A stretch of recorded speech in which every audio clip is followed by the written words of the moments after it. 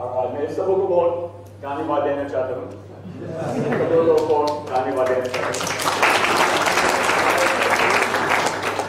बोलने में थोड़ा मुश्किल है, लेकिन हम सब कुछ समझते हैं।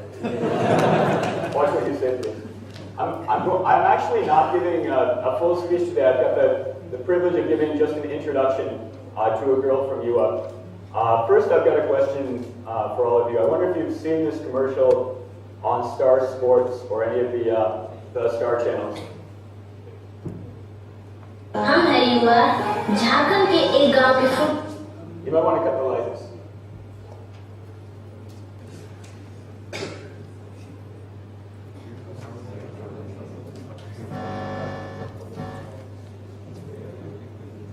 It's okay, this always happens. Or I'm sick. हम हैं युवा, झारखंड के एक गांव की फुटबॉल टीम। हम छोटे हैं, लेकिन हमने बड़े-बड़े टूर्नामेंट जीते हैं। पर एक बात है, मैं ब्राजील नहीं जाना। पिछले साल हमने स्पेन में इंडिया को फेमस किया। इंटरनेशनल टूर्नामेंट था, हम मेडल जीते।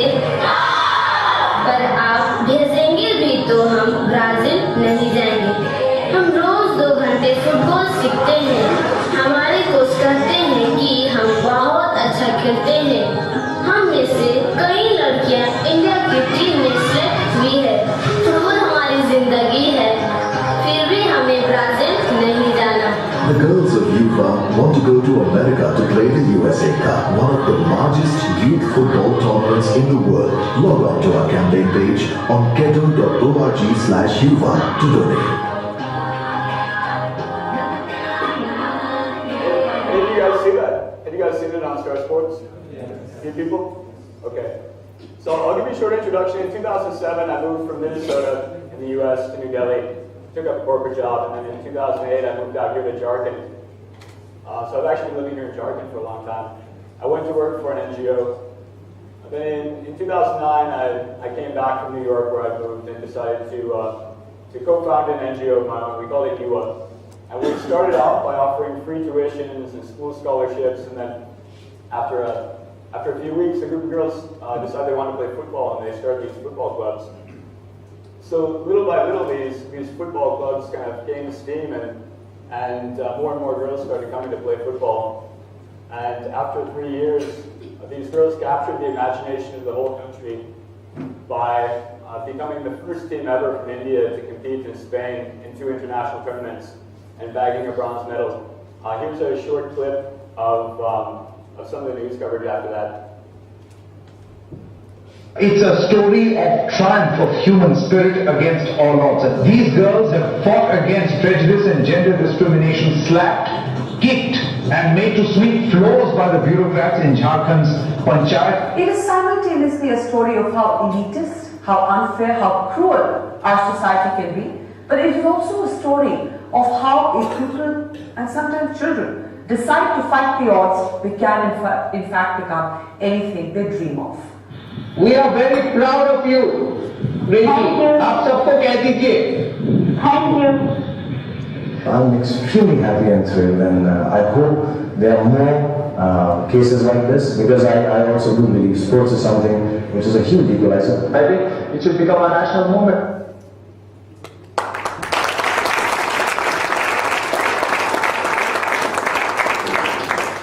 I've got 2 questions for you.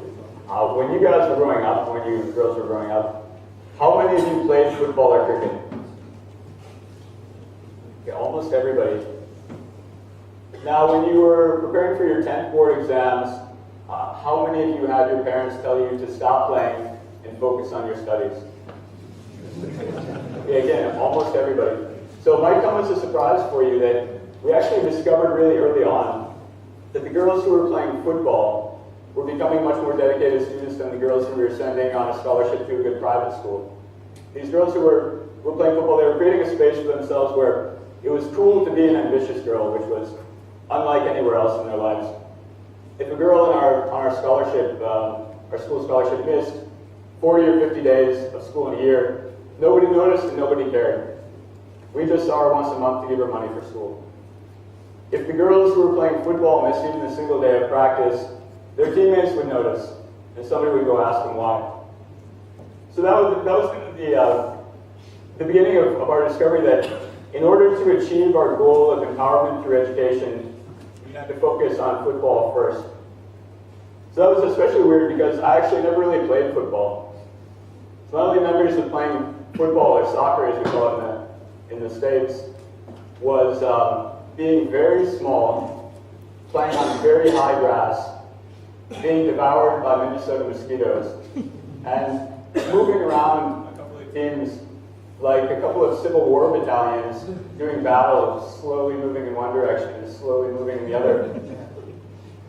And so here I found something totally different. As I'd be riding my motorcycle, my Enfield, an hour before sunrise to practice, and in the beam of my headlight, I'd see all these little girls happily running to practice in chappals and barefoot, even when it was really cold outside. And these girls didn't play like we played. They played like Minnesotans play ice hockey, just as hard and just as fast, knocking each other over. One of the biggest lessons that I've learned over the years of trying to build up Yuwa is the power of investing, rewarding kids in the program for their attitude, for their work ethic, and for their values, and not for seniority. And that came from making some hard mistakes. So when we were given this chance to bring a team to Spain, we had to ask ourselves a question, and that was how are we going to choose a team? It would have been really easy for us to take the best individual players from the 150 girls in our program and simply call it a day. Instead, we took a values ranking, adopted it from the best university women's soccer team in the US, and modified it a bit. And then for weeks, we had little girls shuffling pieces of paper around with their friends' names on it under the headings of different values. So a couple of interesting things happened. When we pumped out all these numbers, one girl stood high above the rest. She was ranked #1 by her teammates in every single one of those values: positivity, honesty, caring, selflessness, and team unity. So we made her team captain.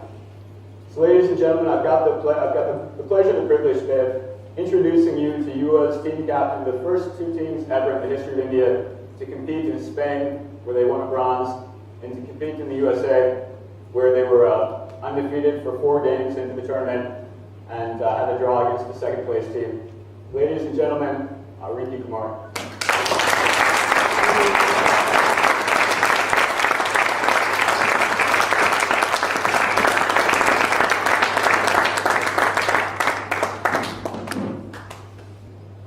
Hello everyone, I'm Rinki. I'm 15 years old. I come from Uttur, a village in Jharkhand.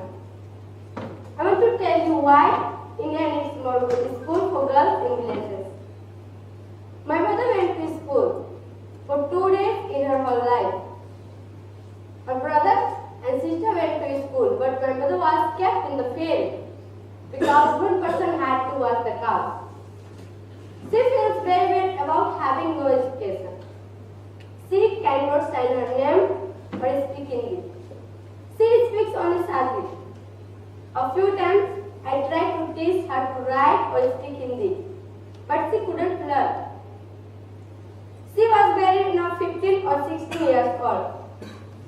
When I was younger, my mother work was to carry bricks at a brick factory. This was very hard work, and she did not make much money. She would come home very tired in the evening, but she still did all the housework. My father did not help my mother because he drinks alcohol. Now, my mother works at a mineral water factory, and this is better work. She gives money for my sister and my education.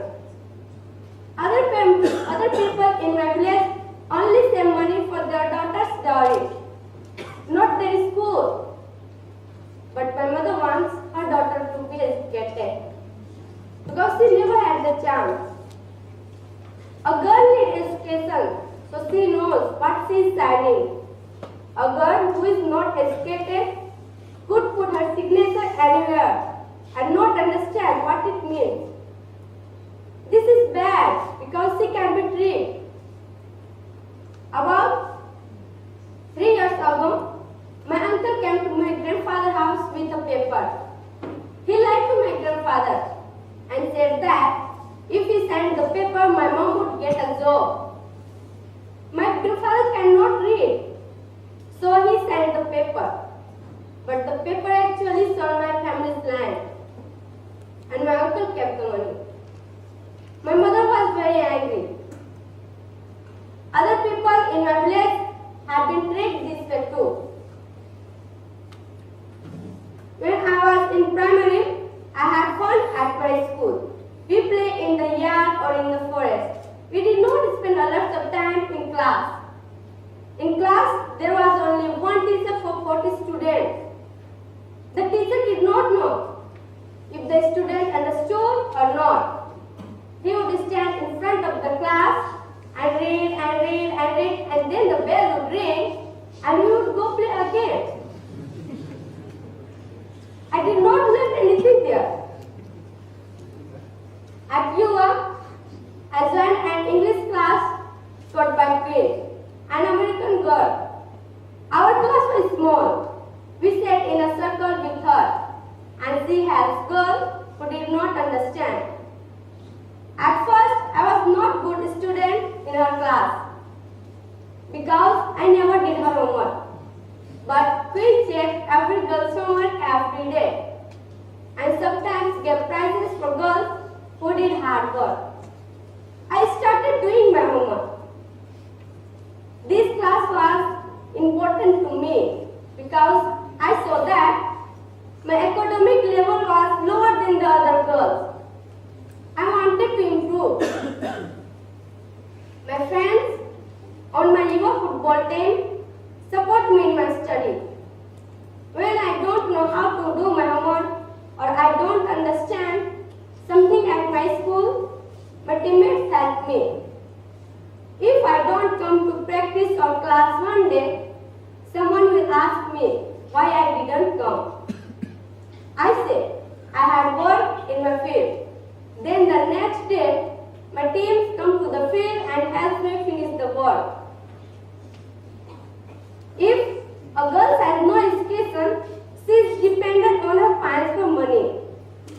She can't buy anything without asking her parents for money. If her mother and father want to get her married, she has to say yes because she doesn't know what else she can do. If I were not on my Yuwa team, my parents would want me to get married next year. I think they would marry me to any boy, good or bad. But this won't happen because of my Yuwa team. Neha, a lady who works with Yuwa, has met my parents many times. She talked to them about my future and my marriage. She helps them understand that if they want me to get a good job someday, I need to stay in school. If my parents tried to arrange a marriage, Neha and my Yuwa team would go home and make them understand that this is bad for my future. Marriage still makes me feel scared. When my parents talk about me getting married, I just say no, no, no. In the future, I want to become a divorce lawyer.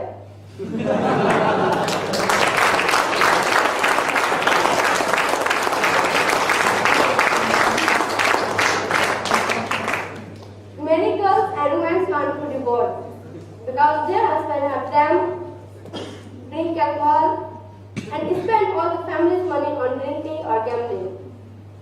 But women do not know how to get a divorce. I want to help women so they can be free to get a good job and save money for their future. To become a divorce lawyer, I need to study well and attend a university. I worked hard at my high school, but I know my high school will not help me get my university. It is a government school. There are too many students and few teachers. But I feel confident that my Yuwa team would help me get my dream. This is my story, but it's the story of most girls in villages. In Spain and the US, I saw that all women had an education and a job. I want the girls of India to have the same chance. But we need support each other.